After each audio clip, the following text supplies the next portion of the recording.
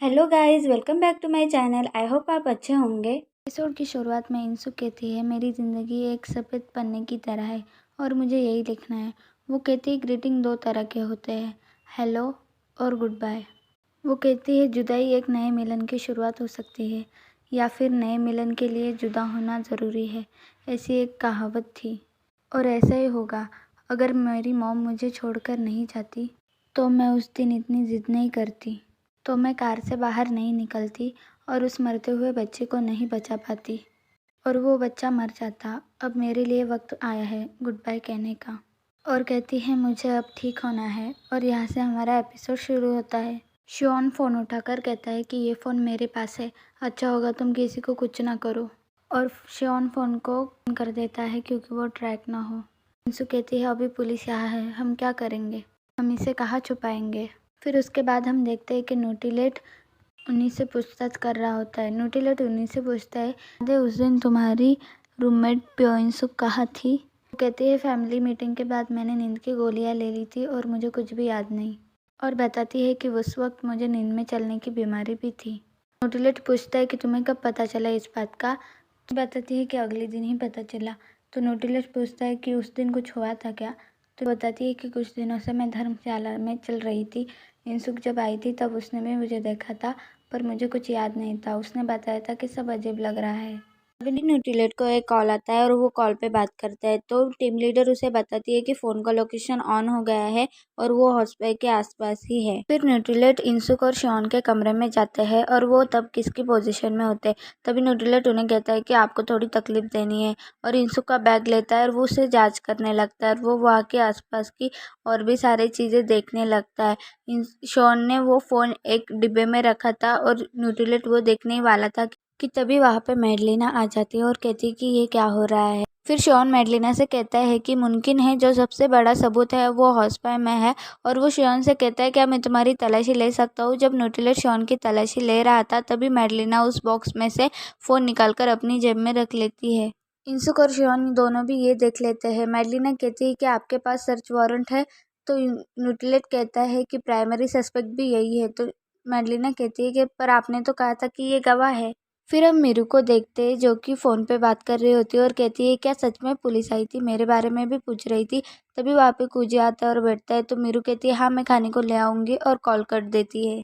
फिर मीरू कूजी को बताती है कि मुझे घर पर जाना है। तो कूजी कहता है कि साथ में चलते हैं। तो मीरू कहती है पर यहाँ तो रिपोर्टर्स है। तो कूजी कहता है कि ये तो दिन भर रहेंगे जब तक हमारे साथ में फ़ोटो नहीं ले लेते, तो अब हम साथ में ही चल देते हैं। फिर हम इंसुक और शॉन को देखते हैं। इंसुक कहती है कि वो फ़ोन के बारे में इतना क्यों पूछ रहे हैं। तो शॉन कहता है कि जब तक फ़ोन हमारे पास है वो तुम्हारी ग्रैंडमा को कुछ नहीं करेंगे। और शॉन कहता है कि पता लगाना पड़ेगा कि वो आदमी कौन है और उस फ़ोन में ऐसा क्या है। तो इंसु कहती है अगर उस आदमी का पता चला तो तुम्हारा भी पता चलेगा ना, तुम भी उस मर्डर में शामिल थे। तो शॉन कहता है कि मुझे कोई परवाह नहीं। फिर इंसु कहती है पर मुझे तो परवाह है ना, तुम्हें क्या लगता है इसमें तुम्हारी कोई मदद करेगा। फिर हम देखते हैं कि हॉस्पिटल में बहुत गर्दी होती है और वहाँ पे पुलिस की एक टीम आई होती है। वेरोनिका सबको बताती है कि हमें पूछताछ में पूरा सहयोग करना है। तो वो अच्छे वाली औरत कहती है कि हमें किस बात के लिए सहयोग करना है और इन इतने पुलिसों को देखकर तो मुझे डर लग रहा है। तभी दादी कहती है कि पर ये मोसरोस केस के बारे में ही पूछताछ करने आए हैं ना। तो अच्छी वाली औरत कहती है पर खून किसने किया। तो सिस्टर श्रीमन कहती है क्या वूचौन ने, पर वो तो इंसुक से पूछताछ करने आए थे ना।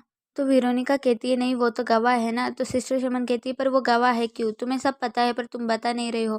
फिर वेरोनिका सब मरीजों को शांत करती है और न्यूटीलेट के पास जाती है और उसे कहती है क्या हमें केस के बारे में कुछ पता चल सकता है, सभी मरीज बहुत परेशान हो रहे हैं। न्यूटीलेट कहता है कि केस के बारे में हम कुछ नहीं बता सकते। तो दादी कहती है कि क्या नहीं बता सकते, हमने सब सुना है कि मोसरोस केस के बारे में पूछताछ हो रही है। इंसु के घर के पास वो केस हुआ था और वहाँ पे शॉन भी मौजूद था, क्या हमने ये सब नहीं सुना। फिर सिस्टर शमन कहती है कि पता नहीं वो एक दूसरे को कब से जानते हैं। तो जूहू कहती है कि वो एक दूसरे को नहीं जानते। तो अच्छी वाली औरत कहती है कि तुम्हें कैसे पता। तो जूहू बताती है कि मरे हुए आदमी की बेटी मेरी दोस्त है। तो न्यूटीलेट जूहू से पूछता है क्या वो यहाँ आई थी। तो जूहू कहती है हाँ। तो न्यूटीलेट कहता है मतलब उसे पता है कि वो यहाँ पर है। फिर न्यूटीलेट सभी से पूछता है कि मर्डर के दिन हॉस्पिटल में विजिटेशन डे था, क्या किसी को पता है कि इंसु कहाँ थी। तो वो अच्छी वाली औरत कहती है हाँ मुझे पता है, वो अपने में कमरे में थी। फिर दादी सिस्टर शमन के पास हाथ कर कर कहती है कि तुमने उस दिन कुछ देखा था ना। तो सिस्टर शमन कहती है हाँ, 3 लोग कहीं से। तभी स्पीकर के बहुत ज़ोर से आवाज़ आने लगता है और सभी अपने कान बंद कर लेते हैं। न्यूटीलेट कहता है कि तुम कुछ बता रही थी ना, तो सिस्टर शमन उसके करीब जाकर कहती है कि उस दिन 3 लोग कहीं से आ रहे होते हैं, पर न्यूटीलेट को कुछ सुनाई नहीं देता और तभी वहाँ पे मीरू और कुजी भी आ जाते हैं। फिर हम देखते हैं कि मीरू और न्यूटीलेट बात कर रहे होते हैं। मीरू उसे बताती है कि उस दिन हम क्लब गए थे, तो न्यूटीलेट कहता है कि पर उन्हीं ने तो कहा था कि उसे कुछ याद नहीं। तो मीरू कहती है हाँ, तभी हमें पता चला कि उसे नींद में चलने की बीमारी है। उस दिन मैंने फ़ोटो भी ली थी, ये देखिए, और फिर उसे फ़ोटो दिखाती है। न्यूटीलेट कहता है कि रात 9:15 बजे तभी तुम क्लब गए थे। तो मीरू कहती है कि नहीं, हम तो पहले ही चले गए थे। तो न्यूटीलेट कहता है क्या किसी ने वहाँ पे तुम्हें देखा होगा? तो मीरू कहती है वहाँ पे बहुत सारे लोग आए थे, मुझे नहीं लगता किसी को कुछ याद होगा, पर मेरी दोस्त जिसने बर्थडे पार्टी रखी थी और जिसका बर्थडे था वो पब्लिक प्रोस्टिट्यूशन की बेटी है। फिर हम देखते हैं कि वहाँ के वॉलंटियर बात कर रहे होते हैं। शेफ कहता है कि इस वजह से हम पुराने कैदियों पर भी इल्ज़ाम आ सकता है। तो वो दूसरा आदमी कहता है कि मैं ड्रग्स की वजह से पुलिस स्टेशन गया था, इससे मेरा कोई लेना देना नहीं। फिर वो शेफ से पूछता है कि तुम किस वजह से गए थे? वो कहता है कि आफिर की वजह से। तो शेफ हंसने लगता है। फिर वो दोनों उस डॉक्टर से पूछते हैं कि तुम किस वजह से गए थे? तो डॉक्टर अपने हाथ का एक टैटू दिखाता है। फिर वो दोनों भी शांत हो जाते हैं। फिर हम ओजिंके को देखते हैं जो कि कुजी के पास जाता है और कहता है कि हेलो, आप कैसे हो, और हाथ आगे बढ़ाता है। कुजी थोड़ी देर रुकता है, फिर उससे शेक हैंड करता है।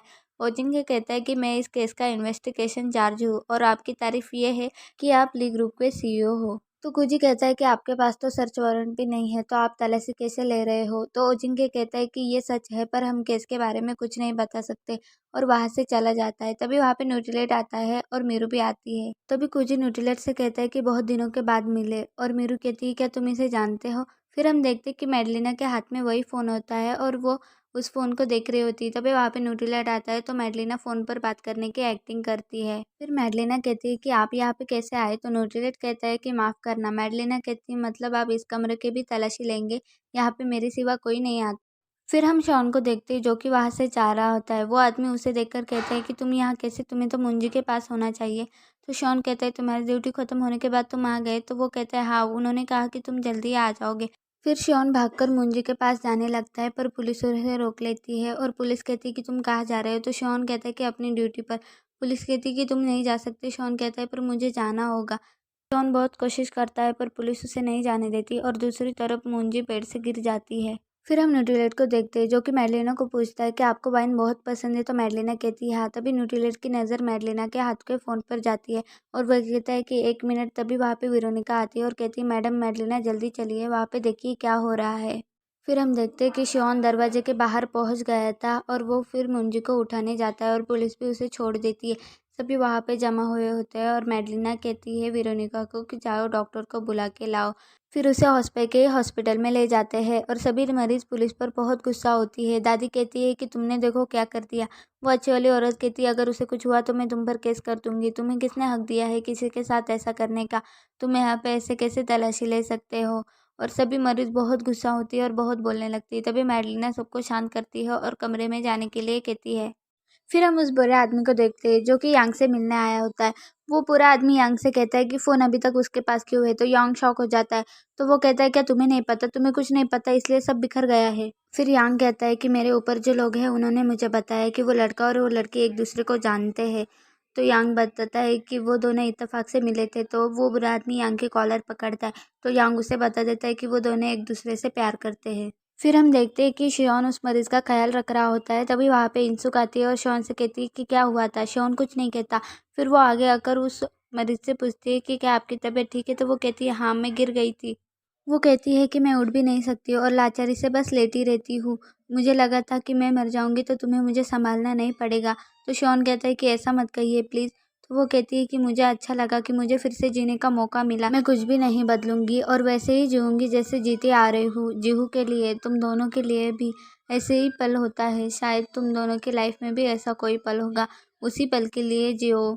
फिर वहाँ पे मैडलिना आती है और कहती है कि तुम दोनों से ज़रा बात करनी है। फिर हम देखते हैं कि वो सभी बेस्ट फ्रेंड में होते हैं और इंसुक मैडलिना को बता देती है कि मैंने ही मर्डर किया था और ये फ़ोन उसी का है। तो मैडलिना कहती है मतलब मौसरोस केस की तुम मुजरिम हो? तो सभी शियोन कहता है कि नहीं, ये नहीं है, मैं हूँ। तभी मैडलिना कहती है मतलब तुम मुजरिम हो? तो इंसु कहती है नहीं, ये नहीं है, मैं हूँ। फिर मैडलिना कहती है कि एक दूसरे की गलतियों को सहन करो। गलतियाँ 665 यही कहता है, यही चल रहा है क्या? और मैडलिना फ़ोन उठाकर कहती है कि वैसे तो सच यही रखा है, तो देख लेते हैं। तभी शॉन कहता है कि फ़ोन मत खोलिए वरना पकड़े जाएंगे। फिर भी मैडलिना फ़ोन खोलती है और शॉन कहता है कि खून हमने नहीं किया है। फिर मैडलिना कहती है कि फिर तो हमें पुलिस को सब सच बता देना चाहिए। तो शॉन कहता है कि अगर पुलिस को कुछ नहीं मिला तो वो हम पर ही शक करेगी। तो मैडलिना कहती है कि दुनिया का दर्द तो आसान नहीं होता। तभी शॉन कहता है कि वो तो फिर से यहाँ पे आ जाएंगी। तो मैडलिना कहती है कि फिर तो हमें फ़ोन दे देना चाहिए। फिर इंसु मैडलिना के हाथ से फ़ोन ले लेती है और कहती है कि जब पुलिस यहाँ पे आएगी तो मैं सरेंडर कर दूंगी। फिर शॉन इंसु के हाथ से फ़ोन लेता है और स्विच ऑफ कर देता है। मैडलिना कहती है कि सुनो, ऐसा ही करना, वैसे ये बेसमेंट है, यहाँ पे रेंज नहीं होती। फिर हम पुलिस स्टेशन में देखते हैं। जिनके कहता है कि मुझे लगता है कि फ़ोन वहीं पे होगा क्योंकि मुझे सारे सिग्नल भी वहाँ पे मिले थे और सारे सस्पेक्ट भी वहीं पे ही है। तभी वहाँ पे टीम लीडर आती है और कहती है कि उन्होंने कहा है कि हम वहाँ पे नहीं जा सकते। तो न्यूट्रीलाइट कहता है कि किसने? तो टीम लीडर कहती है कि सीनियर्स ने। टीम लीडर कहती है क्योंकि हमारे पास वारंट नहीं था और बहुत सी बातें हो रही है, अगर उन्हें मरीज के बारे में पता चला तो मुश्किल और बढ़ जाएगी। वूचॉन हमें सस्पेक्ट नहीं लगता, इसलिए हमने उसे रिहा किया था। तो न्यूट्रीलाइट कहता है कि उसकी बिना हिरासत के जांच चल रही है। फिर न्यूट्रीलाइट कहता है कि क्या वो एली ग्रुप है? तो टीम लीडर कहती है कि हो सकता है, बड़े लोग अक्सर एक दूसरे से जुड़े हुए होते हैं। तभी ओजिंके कहता है कि ली ग्रुप ने धर्मशाला को स्पॉन्सर किया था। फिर हम कुजी और उसके डैड को देखते हैं। कुजी के डैड कहते हैं कि आजकल तुम बहुत जोखिम लेने लगे हो। तो कुजी कहता है कि सब अफवाह है, बंद हो जाएगी।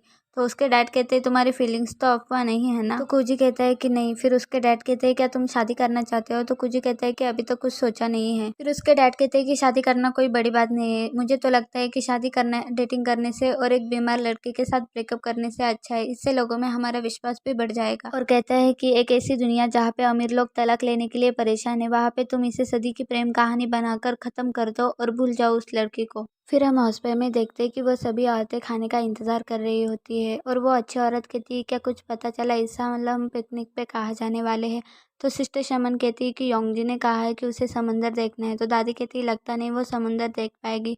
फिर वो अच्छी औरत कहती है कि किसी ने इनसे पूछा कि ये कहाँ जाना चाहती है?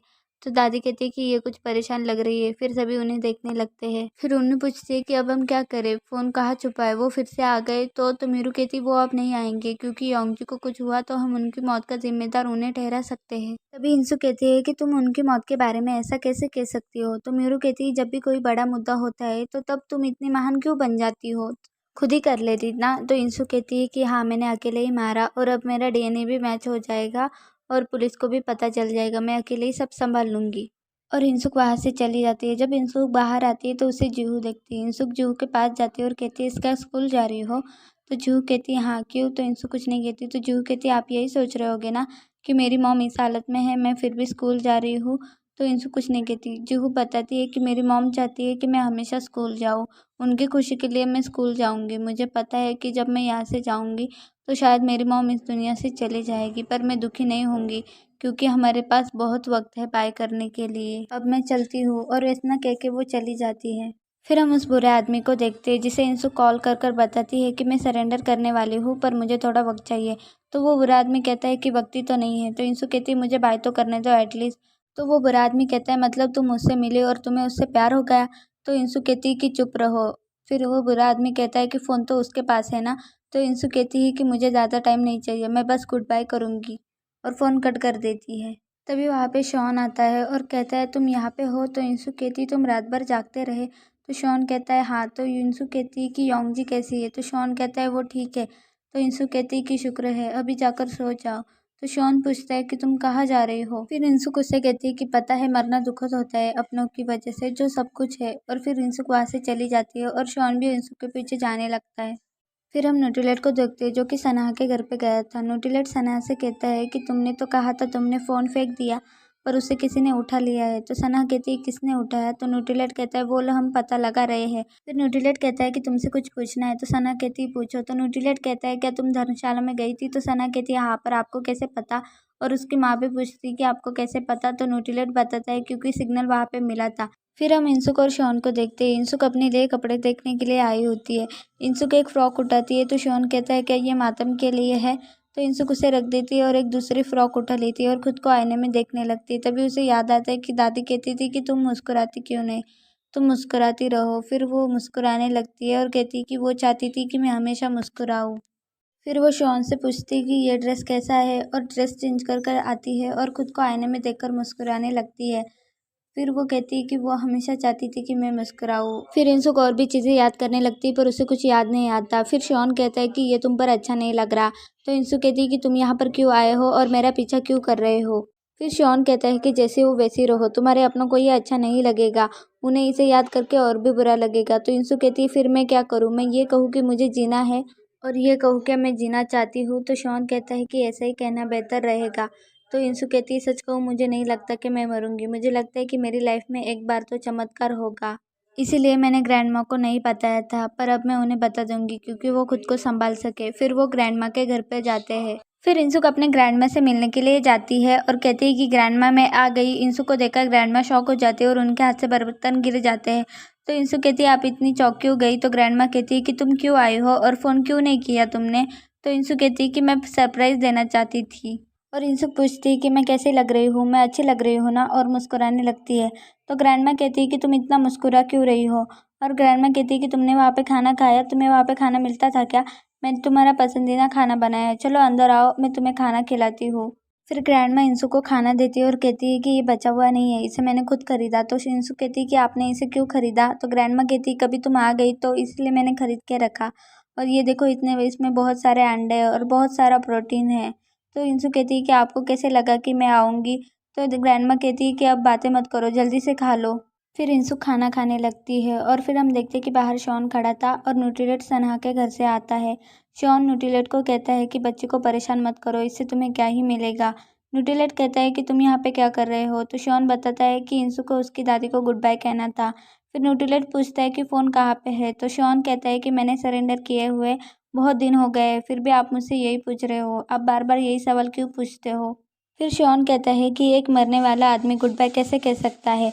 तो न्यूट्रीलेट कहता है कि उसे ऐसा करना ही नहीं चाहिए, यही बेहतर रहेगा, और वहाँ से चला जाता है। फिर हम देखते हैं कि इंसुक ने अपनी दादी को सब कुछ बताया था और इंसुक की दादी बहुत रो रही थी। इंसुक की दादी कहती है कि तुम्हें मुझे पहले बताना चाहिए था, तुमने मुझे पहले क्यों नहीं बताया। इंसुक कहती है कि मैं डरती थी, मुझे पता था कि आप ऐसा ही करोगे, अगर आप ऐसा करोगी तो मैं आपको दिलासा कैसे दूंगी। इंसुक की दादी कहती है कि मुझे बताना चाहिए था, मैं तुम्हारे लिए कुछ कर पाती। तो इंसुक कहती है कि आपने तो पहले ही सब कुछ किया है और मैं आपको क्या करने के लिए कहती। फिर इंसुक की दादी कहती है कि तुम्हें हेल्दी खाना नहीं मिलता था इसलिए तुम बीमार हो गई। बचपन में तुम चीज़ और केले बहुत खाती थी, मुझे लगता था कि तुम्हारी इससे भूख बढ़ जाएगी, इसलिए मैं नहीं लाती थी। मैं तुम्हें वो हेल्दी ड्रिंक भी पिलाती थी जो तुम्हें अच्छा नहीं लगता था। अच्छी चीज़ें जब ज़्यादा हो जाए तो जहर लगने लगती है। तो इंसु कहती है कि नहीं दादी ऐसा नहीं है। तो दादी कहती है कि फिर इसकी क्या वजह हो सकती है। तो इंसु कहती है कि इसकी कोई वजह नहीं है। तो दादी कहती है इसकी कोई तो वजह होनी चाहिए ना, तुम ही फिर क्यों। तो इंसु कहती है क्योंकि मैं बदकिस्मत हूँ इसीलिए। फिर दादी कहती है पर तुम ही क्यों बदकिस्मत हो, ऐसा क्यों हो रहा है। मेरे बच्चे, मैं तुम्हें अपने खुद से अलग नहीं कर सकती। और उसके गले लगकर बहुत रोती है। फिर इंसुक घर के बाहर आती है और शॉन भी वही खड़ा था। तो इंसुक शॉन को कहती है कि चलो, और वो चलते चलते अचानक से भागने लगती है। शॉन भी उसके पीछे भागने लगता है। फिर हम दादी को देखते हैं जो कि घर में पड़े हुए कूड़े की तरफ जाती है और वहीं पे बैठ जाती है और कहती है कि आज तक मैंने तुमसे कुछ नहीं मांगा, मैंने बस इतना मांगा कि मेरी इंसुक अच्छी रहे और सेहतमंद रहे, और तुम ऐसा क्यों कर रहे हो, तुम्हें ऐसा नहीं करना चाहिए। ये सब वो भगवान से कह रही होती है। उसके बाद हम शॉन को और इंसुक को देखते हैं। फिर इंसुक कहती है कि बचपन से भागते हुए रोने की कोशिश की है पर आंसू नहीं निकलते। शॉन कहता है क्योंकि आंसू सूख जाते। तो इंसुक कहती नहीं, क्योंकि मैं सांस लेती हूँ। शॉन कहता है तुम बचपन से ऐसे ही भागती थी। तो इंसुक कहती है हाँ। फिर शॉन कहता है ऐसे तुम रो नहीं सकती। इंसुक कहती है मैं रोना भी नहीं चाहती थी। तो शॉन कहता है क्यों। तो इंसुक कहती है क्योंकि मुझे संभालने वाला कोई नहीं था। फिर हम उन्नी को देखते हैं जो कि अपनी मॉम से बात कर रहे होते हैं। उन्हें अपनी मॉम से पूछती है कि आप सच में चले गए। तो उसकी मॉम कहती है हाँ। और उसकी मॉम कहती है कि तुम अब तलब नहीं लोगी। तो उन्नी कहती है क्यों। तो उसकी मॉम कहती है क्योंकि मैंने बैंक अकाउंट में नाम चेंज करवा दिया। तो उन्नी कहती है पर क्यों। तो उसकी मॉम कहती है कि मैं ये नहीं सुन सकती कि मेरी बेटी तलाकशुदा होकर मर गई। और उसकी मॉम कहती है कि तुम्हारा पति तुम्हें लेने आता ही होगा, तुम जल्दी से घर आ जाओ, मैं तुम्हारा और तुम्हारी सास का पूरा ख्याल रखूंगी। और फ़ोन कट कर देती है। फिर उन्हें खुद से ही बातें करने लगती है और कहती है कि कोई मुझे समझता ही नहीं है। तभी वहाँ पे सिस्टर शमन आती है और कहती है तुम्हें याद है ना, मैंने तुम्हें उस लॉयर के बारे में बताया था, वो पास ही में यहाँ आया था, मैंने उसे बात बता दी है, तुम उससे मिल लेना। तो उन्हें कहती है उसकी कोई ज़रूरत नहीं है। तो सिस्टर शमन कहती है ज़रूरत नहीं है, मतलब तुम अपनी मॉम को उस घर में नौकरों की तरह काम करने दोगी और ऐसे ही मर जाओगी। तो उन्हें कहती है ऐसा नहीं है, मैं बस एक बार अपने पति से बात करना चाहती थी। तो सिस्टर शमन कहती है सुनो, बुरे इंसान को तलाक देना आसान है पर थोड़े बुरे इंसान को तलाक देना मुश्किल है। मैं तुम पर कोई दबाव नहीं डालना चाहती, तुम बस एक बार उससे मिल लो। फिर वो दोनों उससे मिलने के लिए जाते हैं। फिर सिस्टर शमन कहती है, मुझे जो पता था मैंने उसे बता दिया है, अब बाकी का तुम बता दो। फिर वो दोनों बातें करने लगते हैं। उनकी बातों से पता चलता है कि वो दोनों एक दूसरे को पहले से ही जानते थे। फिर वो वकील कहती है कि 20 साल हो गए हैं ना। तो उन्हीं कहती है, तुम तो ज़रा सी भी नहीं बदली, तुमने अपने आप को संभाल के रखा है। जॉर्ज जहर ने कहा था कि 50 की उम्र में आपका चेहरा ही है जो आपकी अहमियत बताता है, पर वो खुद ही 40 साल में ही गुजर गए थे। मैं खुद भी नहीं देखना चाहती थी मेरा चेहरा जो मेरी अहमियत बयां करे। शुक्रगुजार हूँ कि पहले ही जाने वाली हूँ। अब तो मैं आईने में खुद को देखती हूँ तो खुद ही सोचने लगती हूँ, क्या ये सच में मैं हूँ? क्या ये सच में मेरा चेहरा हूँ? और बच निकलती हूँ। तब से आज तक मैं बचते ही आ रही हूँ। फिर हम ग्रैंडमा को देखते हैं जो कि सारा कबाड़ घर के बाहर लाकर रख देती है। फिर हम इंसुक और शॉन को देखते हैं जो कि इंसुक के डैड के पास आए होते हैं। इंसुक के डैड पूछते हैं कि ये कौन है, तो इंसुक बताती है कि ये मेरा बॉयफ्रेंड है। हमने किस किया है पर अभी तक साथ में सोए नहीं है। तो इंसुक के डैड पूछते हैं कि यह सब तुम मुझे क्यों बता रही हो। फिर इंसुक पूछती है कि मॉम की मौत कब हुई थी। फिर वो बताते हैं कि 21 फरवरी को। तो इंसुक कहती है, ज़्यादा दूर नहीं है, उम्मीद करती हूँ कि मैं उसी दिन मरूंगी। तो उसके डैड कहते हैं कि क्या? तो इंसुक कहती है कि इससे आसान होगा। तो उसके डैड कहते हैं कि क्या आसान होगा? तो इंसु कहती है कि श्राद्ध करना। तभी शॉन कहता है कि मेरी मॉम में गुजरी, मैं उनके साथ तुम्हारा श्राद्ध कर लूँगा, तुम थोड़े दिन और जी लो। तो इंसु कहती है कि उनके साथ खाना खाना थोड़ा अजीब होगा, मैं उन्हें जानती नहीं हूँ। फिर शॉन कहता है कि मैं खाना नहीं खिलाता। तो इंसु कहती है, पर तुम्हें खिलाना चाहिए। तो शॉन कहता है कि मैं मोमबत्तियाँ जलाता हूँ। तो इंसु कहती है, पर तुम्हें फिर भी खिलाना चाहिए। तो शॉन कहता है कि मैं अच्छी वाली मोमबत्तियाँ जलाता हूँ। तो इंसु कहती है, एटलीस्ट एक बियर की बोतल ही देते या पानी की बोतल। तभी इंसु के डैड चिल्लाते हैं और कहते हैं कि शांत हो जाओ, ये क्या बकवास कर रहे हो। फिर इंसु के डैड कहते हैं कि मुझे माफ़ कर दो, अगर मैं तुम्हारी मॉम के साथ होता तो ये सब नहीं होता। फिर इंसु कहती है, अगर ऐसा होता तो मैं वो चौन से नहीं मिलती। अब सोचती हूँ तो ऐसा लगता है कि सब कड़े में ही था। मैंने एक चीज़ खोई है तो एक चीज़ पाई है, और आपको भी अब सब कुछ भुलाकर जीना चाहिए, आपकी ज़िंदगी तो अभी बाकी है।